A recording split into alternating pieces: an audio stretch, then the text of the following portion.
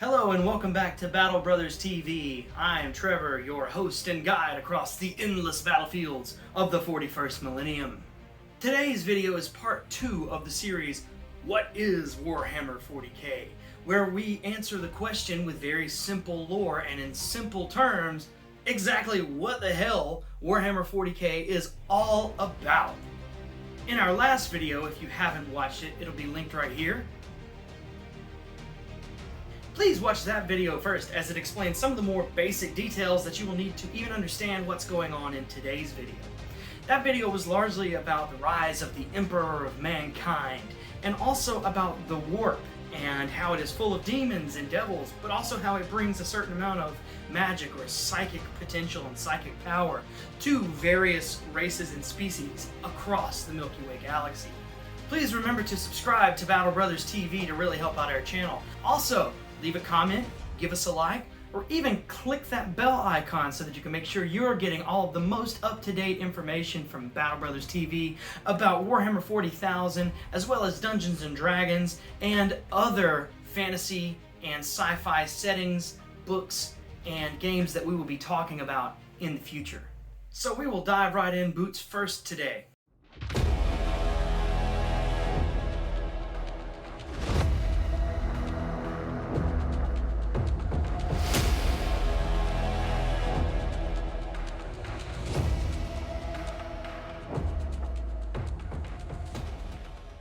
So last time, as I said, we talked about the Emperor of Mankind. We also talked a little bit about the warp and the chaos that lives in the warp, and how that is basically the arch enemy of every living thing, but especially the arch enemy of humankind or mankind, as it is known in the Warhammer 40,000 universe. Now, one important note when we talk about the different ages of Terra or of Earth is how we date things in the Warhammer 40k universe. The year 40,000 is actually represented as M41, the 41st millennium. This year that we are in, 2020, we are in the 3rd millennium. So by the end of the 41st millennium, most of the history of Earth, or Terra as it is known in the distant future, has been lost to the ravages of time and all of the wars and horrible things that have befallen humanity. What remains are hazy details about the history of Earth and some of the ages that it went through to arrive at the grim, dark 41st millennium. Today we will talk very briefly about those ages. Currently, in the year 2020, we are living in what becomes known in the Warhammer 40k universe as the Age of Terra, which stretches from around the modern era, we'll say maybe the 1700s, all the way up to about 15,000 CE, so another 13,000 years from now. During this era, humanity becomes aware of space and of other planets out there. We become aware of our place in the universe. Also during this era, we begin to start terraforming other planets nearby. The very first one that we terraform and colonize is Mars. So maybe Elon Musk is actually the Emperor of Mankind? The next age that we will talk about is actually called the Dark Age of Technology. It takes place from about M15 to M25. It's known as the Dark Age of Technology because a lot of really terrible things happened during that age. It wasn't that we forgot technology, in fact, quite the opposite. This is when most of the technology that's even utilized in the 41st millennium, in M41, most of the technology came from this era. However, it led to some of the greatest atrocities and downfalls of humankind. Therefore, it becomes known as the Dark Age of Technology. One of the worst things that came out of the Dark Age of Technology was actually the creation of artificial intelligence, which led to a self-replicating race of machine people, which we call in the 41st millennium the Men of Iron. All that is left of the Men of Iron are terrible legends about how they almost destroyed humanity until eventually they were overcome and defeated. Another important point about the Dark Age of Technology is that sometime in M18, the warp was discovered. And not long after that, humans developed technology to actually travel through the currents of the warp and use it as a faster-than-light source of travel. It was at this point that humans were able to colonize faraway, distant worlds. Some of them were terrible, some of them were paradises, and we began to spread all throughout the galaxy. Now, in order to travel through the warp, several things had to take place. The warp is hell. It is essentially hell. So, we are traveling through hell to reach distant star systems. If this sounds a little bit too close to a movie that may or may not have starred Sam Neill in the 1990s, you're right. One of the main technologies to come out of this era that allowed for warp travel was actually called a Geller field, which is essentially a psychic type technology that surrounds each and every spacefaring vessel that can go to warp. These Geller fields allowed for them to travel through the warp with relative safety so that every man, woman, and child wasn't immediately gnawed on by whatever demons happened to be close. Warp travel was not without its risks, however. It still took a very long time to travel from place to place, sometimes as much as a month or two just to nearby planets, and even several years to reach other star systems or distant parts of the galaxy. Another major problem with the warp is that occasionally the Geller fields would fail, and then all of a sudden you'd have demons boarding your ship, possessing everybody in sight, and pretty much using them as punching bags. The next age is M25 to M30, which is called the Age of Strife, or as many of the colonized planets throughout the galaxy come to know it, Old Night. Not much is known about this time because most of the historical records were lost or destroyed. During Old Night, the technologies of previous ages, the hostile species of aliens throughout the galaxy, warp storms that would suddenly cut off warp lanes, along with powerful, unchecked, and unrestrained warp-tainted psychics or psykers, were loosed upon the galaxy, and they ultimately tore humanity apart. It was also during this time that the fourth god of chaos, Slaanesh, came into being. Slaanesh is a god of excess, a god of sexual pleasure, a god of overeating, any kind of moral excess. During this time, there were a number of wars, and most of the planets that were colonized by humans were actually separated when the warp lanes began to break down or change. To me, this is one of the most interesting aspects of Warhammer 40,000 because all of these planets that used to be part of a great human empire suddenly lost their way, and over the course of 5,000 years, you had planets that came out on the other side of Old Night that were in a large array of different levels of development. Some went back and resorted to sort of a feudal system.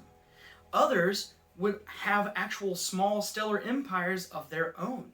However, one thing remained constant. Almost every colonized planet throughout every sector of the galaxy lost contact with Terra, and almost none of them knew where they originally came from. Many of them thought that they were born and evolved on the planets that they had colonized because the records had simply been lost over time. M30 represents the beginning of the Great Crusade. This is one of the more complex parts of human history. To begin, during this period, the Emperor of Mankind created 20 clones of himself called Primarchs. These were not exact clones because each one was slightly different.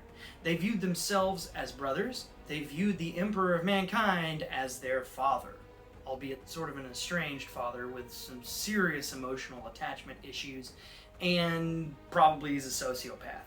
But each of the Primarchs would possess some of the Emperor's traits. For example, one may have had his strength in battle. Another may have been a master tactician, while one may have been a great politician or diplomat. All of the Primarchs, however, were incredibly intelligent. They were creative and artistic.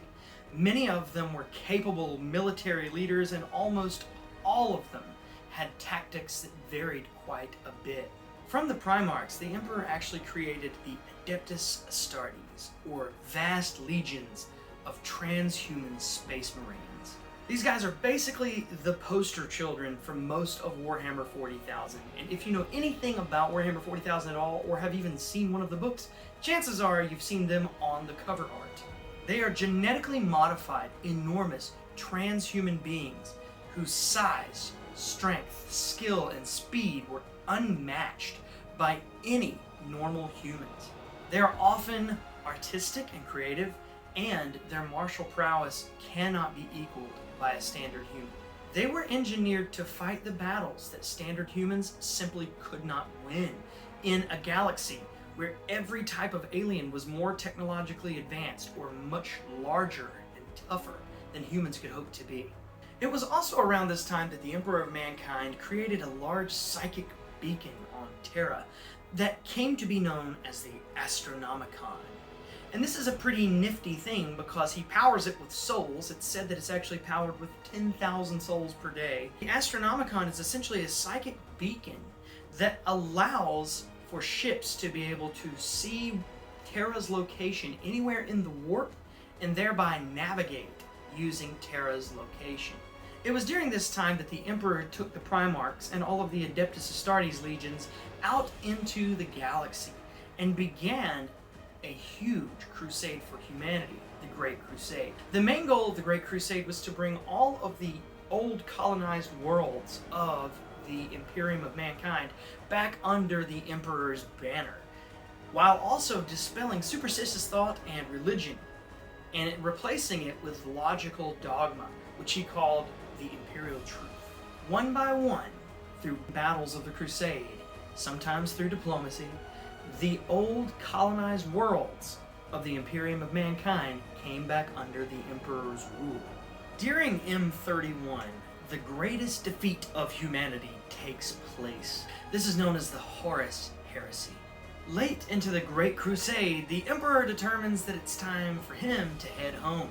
He's got to go back to Terra and work on some very important and secretive task that will solidify humanity's power in the galaxy. He does not even inform his Primarchs what this task may be, but he does put one Primarch in charge of the entire Crusade effort. Onto this great warrior and leader, he bestows the title of Warmaster. This responsibility falls to possibly the greatest of the 20 Primarchs, Horus Lupercal. Horus is a visionary and a warrior unlike any other, and he is someone who all of the other Primarchs, almost without exception, respect and really look up to. With humility, Horus accepts the offer of Warmaster, and he vows to take on the leadership of the Great Crusade. It is at this point, through complex scheming and manipulation, that the Chaos Gods are able to really cause things to shake up, as they're able to get their claws, literally and figuratively, into Horus, and cause him to turn against his own father, the God Emperor of Mankind. They are able to manipulate his mind, and they tell him that his father has left them in their greatest hour of need to go attend some pet project back on Terra. This puts bitterness in Horus's heart. Eventually, the Chaos Gods drive Horus to insanity and convince him to gather as many of his brother Primarchs to his cause as he can. Together with the rest of the traitor Primarchs, they wage war upon the Emperor and those Primarchs that remain loyal to him because they no longer see him as fit to rule the Imperium of Mankind. After a long and extensive war, which many novels chronicle, most of the Primarchs of the traitor legions have either become demon princes or been killed outright, and almost none of the Primarchs of the loyalist legions remain alive. These novels are called the Horus Heresy series, and they take place about 10,000 years before normal Warhammer 40k books. At the end of the Horus Heresy, it's time for Horus to invade Terra.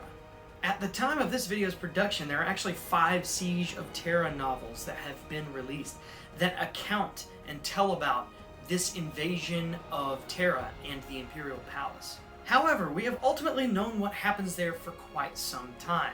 Horus pulls over Terra in his flagship, the Vengeful Spirit, and he sends a challenge to the Emperor, saying, if you're not a coward, come up here. Let's duke this out like real men. The Emperor, however, does not go alone. His son, possibly his favorite son at this point, and if you ask me, the one that probably should have got the Warmaster title, Sanguinius the Angel, he actually has angel wings, goes with the Emperor to the Vengeful Spirit. Once they teleport on board the Vengeful Spirit, all of the Emperor's forces are separated, and Sanguinius actually ends up finding his way to Horus before the Emperor can do so. Sanguinius, however, is no match for Horus and is killed by his Primarch brother there on the Vengeful Spirit. The Emperor then comes in and finds the Primarch of the Blood Angels Legion, Sanguinius, dead on the floor, and he despairs greatly. Then he challenges Horus to some great mythic battle, which we know has happened, but it hasn't been detailed in a novel yet, and ultimately he kills Horus, but not before the Emperor of Mankind himself is mortally wounded. The Emperor is then taken down to Terra and put into a massive life support chamber called the Golden Throne. Even though eventually his body will die, his indomitable psychic will and his mind lives on in his dying husk of a body, simply because he's so powerful. The Golden Throne does allow him to be communicated with in his state of undeath, so that he can continue to express his desires and rule over mankind, albeit from a life support system. In that state of undeath, he will also be able to keep the Astronomicon lit, so that humanity will still be able to go out among the stars and navigate the warp. One thing that most of the citizenry of the Imperium don't even know about the Emperor on his Golden Throne is probably the most impressive thing about the Emperor. Even in his state of undeath, while keeping the Astronomicon lit and watching over all of humanity and mankind, he is still able to single-handedly fend off the gods of chaos using his mind and his psychic willpower. This ultimately keeps mankind from extinction several times throughout the Warhammer series. Skip ahead thousands of years, and because of the enormous sacrifices and the seeming selflessness that the Emperor shows on his Golden Throne, there is actually a cult of the Emperor that arises. It is called the Ecclesiarchy of the Imperium. In one of the great ironies of the 40k universe, the Emperor, a man who spent his interminable life defending humanity and guiding them along, fighting off the terrors of the warp by himself, a man who brought secular truth to all of humankind and who denied time and time again that he was a god, is set up as the perfect god emperor of mankind by the Ecclesiarchy of the Imperium. This, I'm sure, is a fate he would never have chosen for himself. Despite his many flaws and his apparent lack of morality, he's possibly a sociopath and definitely a narcissist, he really did always seem to have humanity's best interests at heart throughout his 48,000 years of life so far. Give or take 10,000 of undeath. Finally, we arrive at M41, the era in which most of the short stories, novels, video games, upcoming series, and other media take place. Coming up in the near future, we're going to talk a lot about M41. We'll discuss some of the lore. We'll obviously do a lot of book reviews. I've already got one in the works. And we're going to look at the plight of humanity in the darkest era of our history. Once again, if you like this video, please give us a big old thumbs up. If there's something in here that you disagree with or that you know more about, feel free to comment. If you appreciate the content that we're creating, feel free to comment as well. Please also give us a subscribe. Make sure you find that button and click it. And pew! Blast that bell icon. Until next we meet, I am Trevor, your guide and escort across the battlefields of the 41st millennium. This has been Battle Brothers TV. We'll see you on the battlefield.